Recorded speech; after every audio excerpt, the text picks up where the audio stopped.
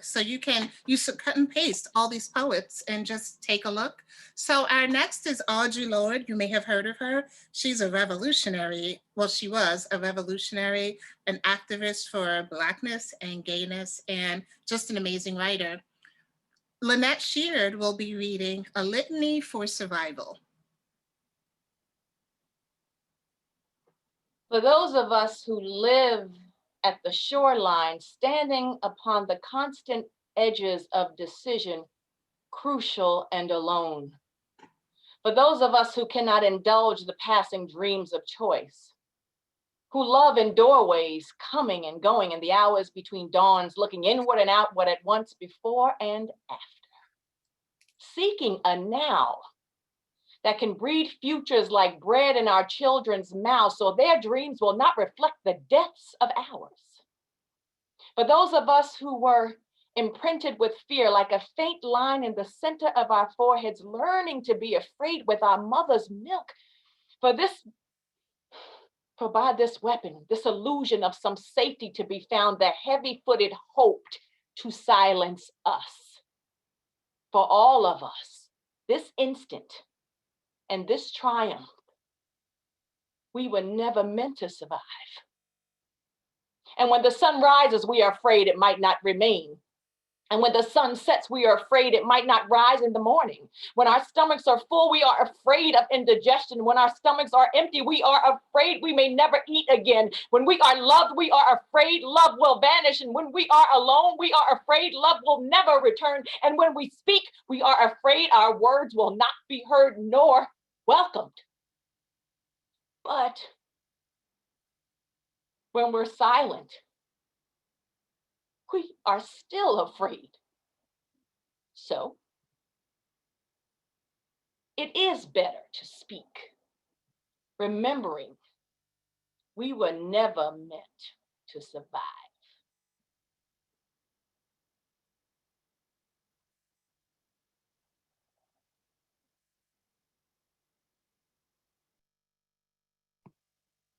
Thank you, Lynette. And now to continue on where she has been taking us since the beginning of the year and kind of sort of connecting the dots with the talks that she's done so well for us. Tony, please. Good morning, everyone. I have to share something with you before I begin. So I wrote this talk long before I did the last three. And interestingly enough, I could not find it this past week. I wrote it first in my notebook, then I typed it on my computer, and I could not find it either place. It magically disappeared. And then last week, this thought came to my head to get the book Messages in Water. Now I have that book. I couldn't find it, so I ordered it. You are going to see, as I have mentioned many times, that there is no question that the Center for Spiritual Living and each one of us are an idea in the divine mind. I always talk about this synchronicity and how it just blows me away. But Brian did not have any idea what I was going to speak about when he did his treatment. Neil didn't have any idea when he made his comments. And so I just offer that to you because it so struck me. So what I'm going to do today, just to be sure we're all up to speed and on the same page and we remember, is I'm just going to review some of the things that we talked about in the last few talks that I did, because I wanted to pull everything together. So December 27th, we spoke about closing out 2020. And we spoke about how 2020 was such a difficult year. It was the year of COVID. And I was struck by the fact that I kept hearing people say they couldn't wait until 2020 was over. And it kind of amused me. And I mentioned that it was as if the year 2020 was an entity that made 2020 what it was. as if the year was responsible for COVID, but we know it wasn't. Rather than thinking that the year was the problem, I asked some difficult questions. What was the problem? What caused it? What caused the conditions that we experienced in 2020? And I challenge us, did we look at it? Did we look to discern how we got there? What caused it? And did we look deeply beyond the obvious, beyond the news, beyond the externals? Did we introspect? Did we self-reflect? And if we did, what did Spirit tell you? What did your intuition say? And when you heard stuff, were you listening? Did we check in, or did we let someone else inform us? Or did we just want to get rid of it, get a vaccine, move on, let somebody else solve the problem? I pointed out that there's a danger in focusing on and treating the symptom and not the cause.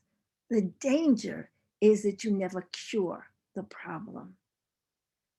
So how did we get here? We know that our lives are an outpicturing of our consciousness, an outpicturing of our beliefs. In this case, it's the collective consciousness. But what did we bring to the table?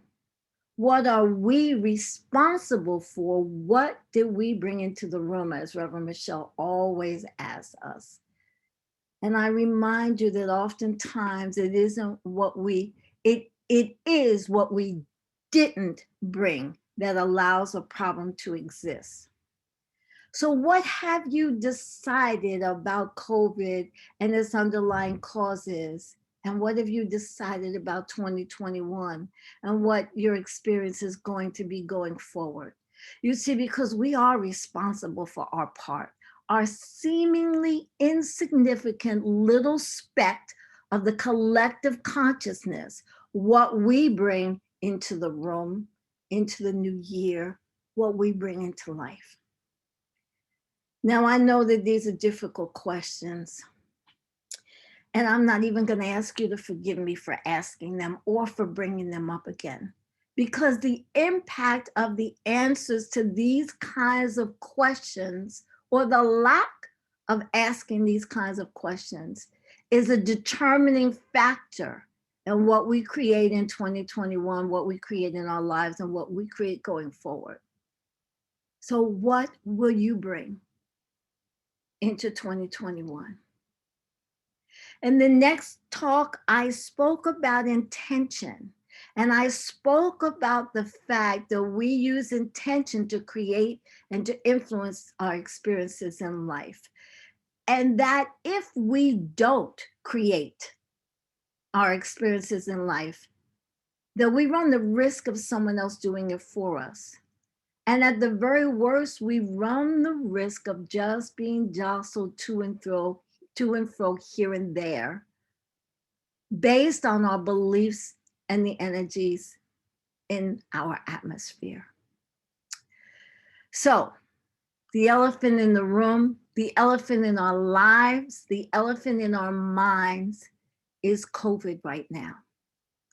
And I know that you may feel it's bigger than me. You don't know how to do anything about it. If you admit it, you may feel scared and powerless against it. You may feel like you're not enough. You may let yourself off the hook by saying, I'm not a scientist, I'm not a doctor, what can I do? It's not mine to do because I don't know and I don't have those skills. But what I do know is if I don't do anything, if I don't contribute, then I have to live with the results, when in fact, I might have been able to influence them. You see, the void that's created by the absence of something, my little 2 cents, can be filled with anything if there's nothing to resist it.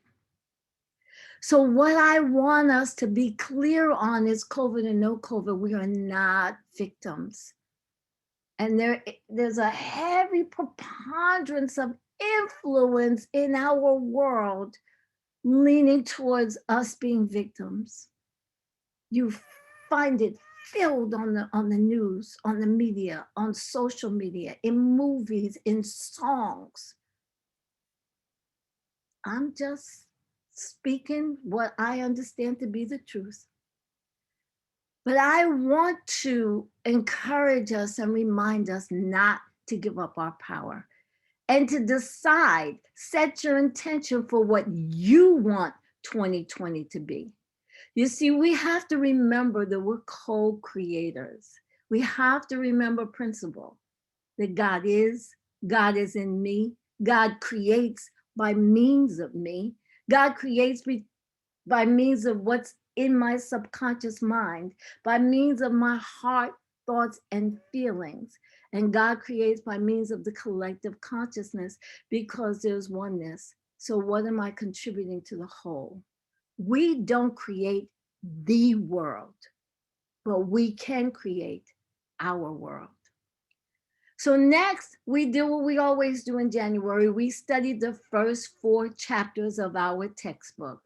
The thing itself, the infinite, all-knowing, all-powerful creative presence that is, the way it works, the creative something this presence creates through love and through law. What it does, it works through us. It says yes to us.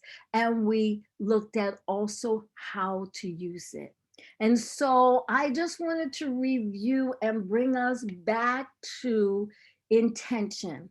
When we spoke about intention in January, we said that intention is the energetic foundation, the spirit of our decisions and our choices. It's the underlying principle. It's what you're about, what you stand for, what you emit. It's the frequency that you resonate. It's an ongoing, it's a constant. We talked about the difference between goals, which are finite and usually have a beginning and an end, and intention, because intention is ongoing. So it's the difference, we said, between losing weight and being healthy. It's the difference between telling the truth and being integral. And intention is like a compass. It guides us away from and through what we don't want and towards and to what we do want.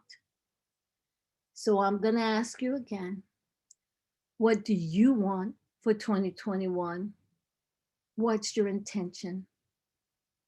What's your intention for yourself? And what's your intention for the world?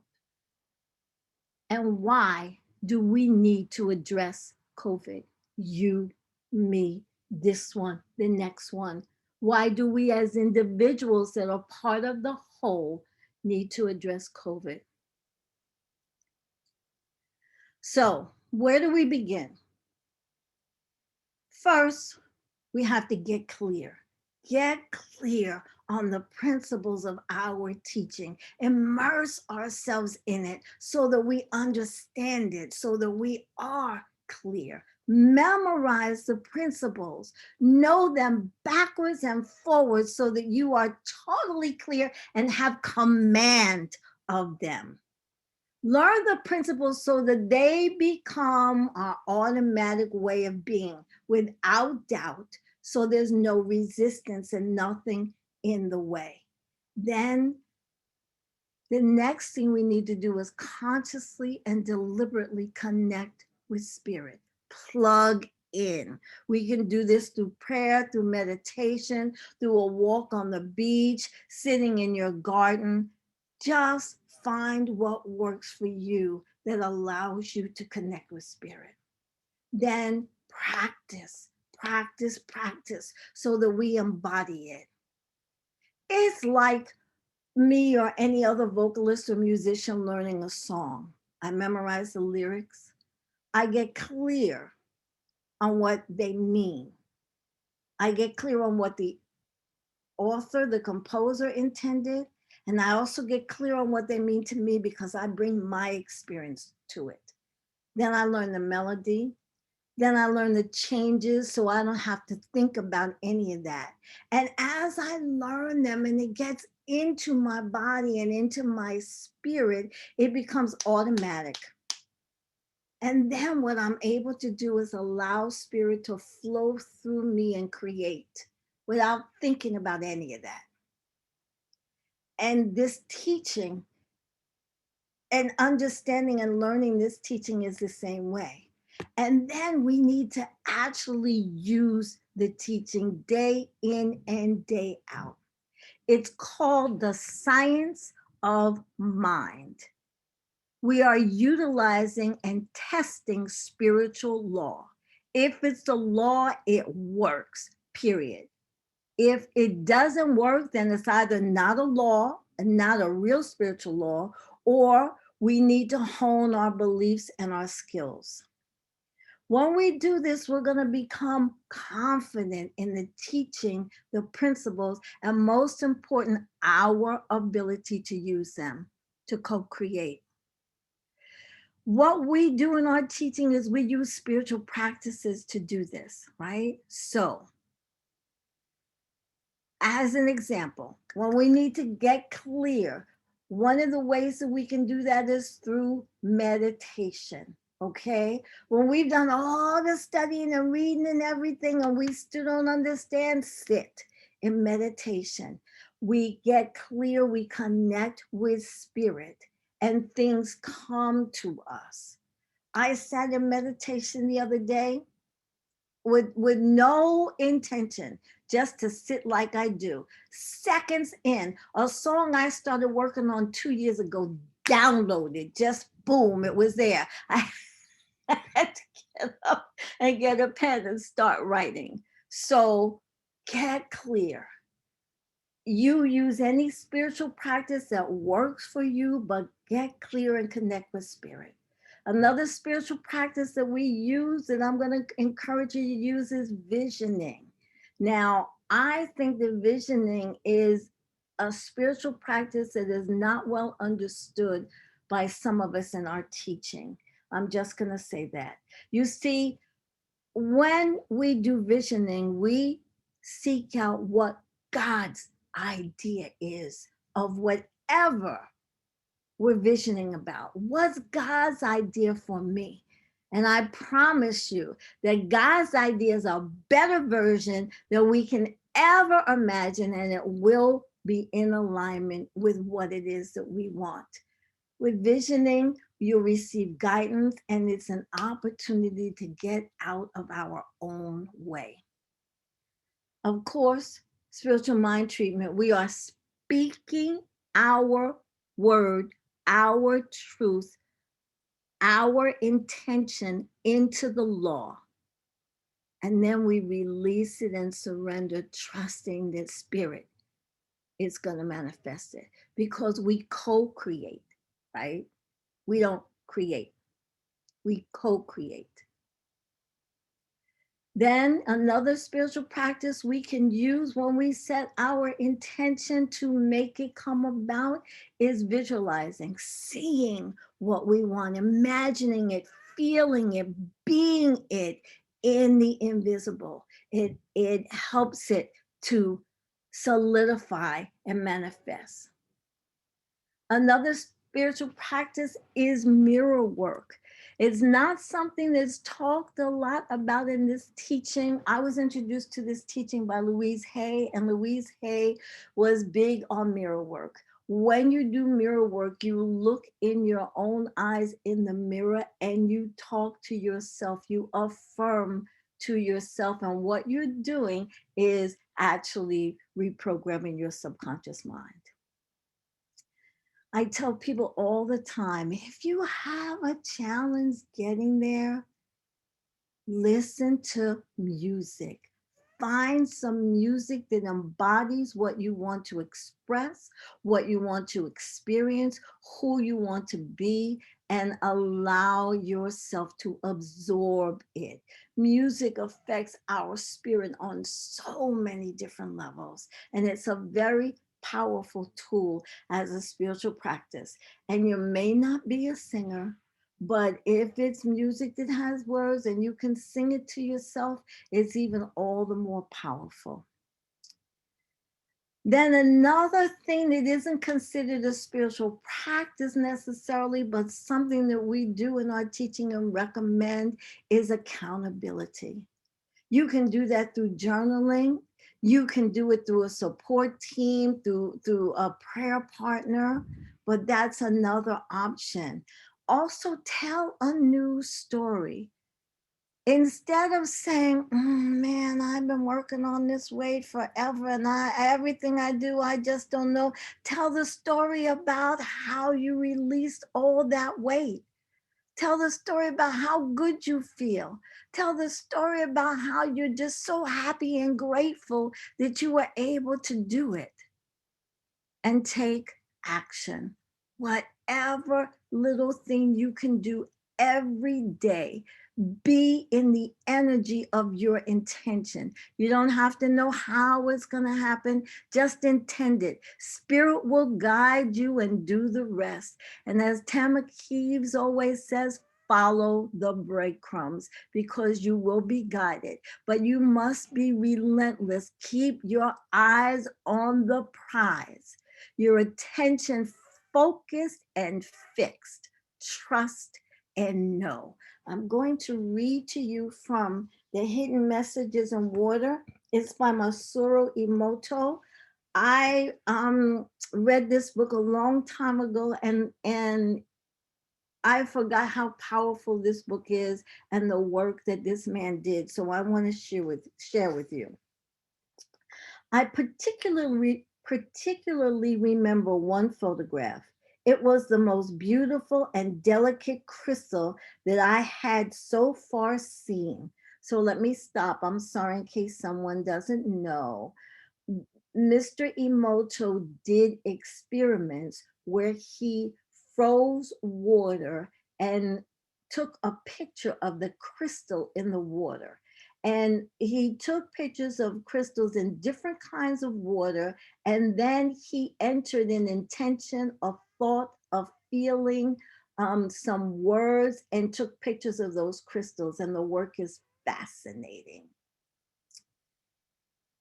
So he says, he particularly remembers one photograph. It was the most beautiful and delicate crystal he had so far seen, formed by being exposed to the words love and gratitude. It was as if the water had rejoiced and celebrated by creating a flower in bloom. It was so beautiful that I can say that it actually changed my life from that moment on.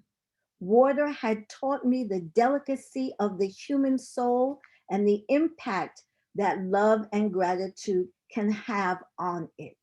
In Japan, it is said that words of the soul reside in a spirit called kotodama, or the spirit of words. And the act of speaking words has the power to change the world.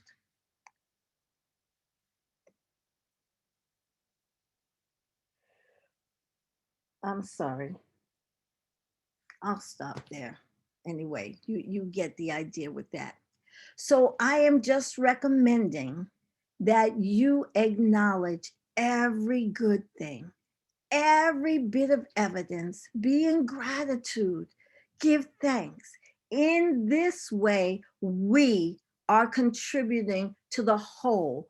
We are adding our 2 cents and influencing. We are giving back. We are making a difference, being the best that each of us can be, living our best lives.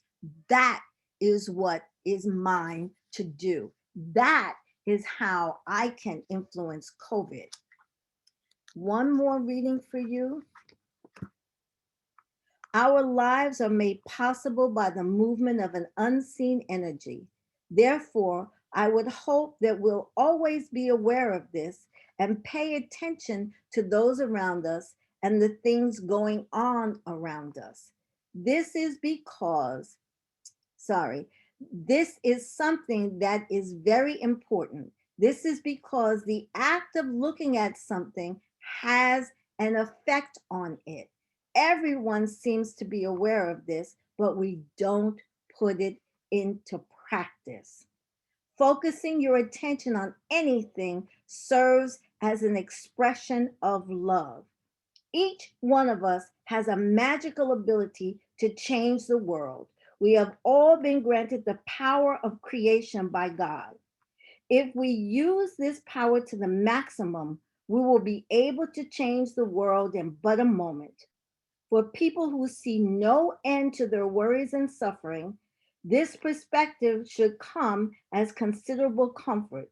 You, yes, you have the ability to change the world.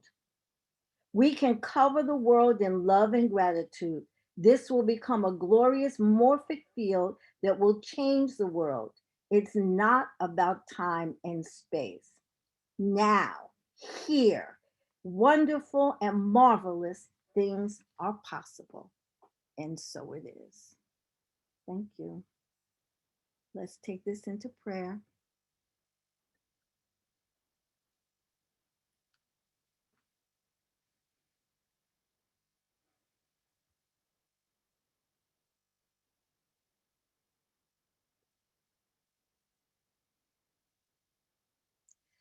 And so I just allow myself to feel love. I allow myself to be bathed in love. I allow my awareness and my understanding of love to grow. I call it forth from within that divine spark within me that I call God.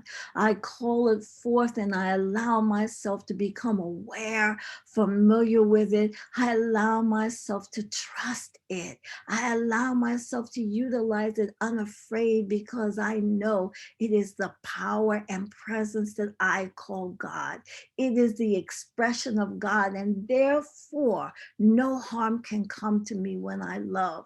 Nothing that is unlike God can come to me when I love. I utilize love to create the life that I choose to live, empowering me, supporting me, guiding me forward, moving me into the world that I dream of, the world that I choose for my highest and best, as my highest and best, knowing all good is possible, knowing that there is a divine power and presence that can sort through and work out everything that I need to be worked out. I simply have to go to love. I simply have to be in love. And I know that my 2 cents, my love, my personal willingness allows spirit to move through me and connect within the oneness, that the multitude of forms are connected because there is only one. And so I choose to be love. I choose to intimately know love and express love and be guided by love, be informed by love. I choose to allow the love that is God to express by means of me. And so I simply release this word into the law, knowing it is the truth with joy and gratitude. Please close with me. And so it is.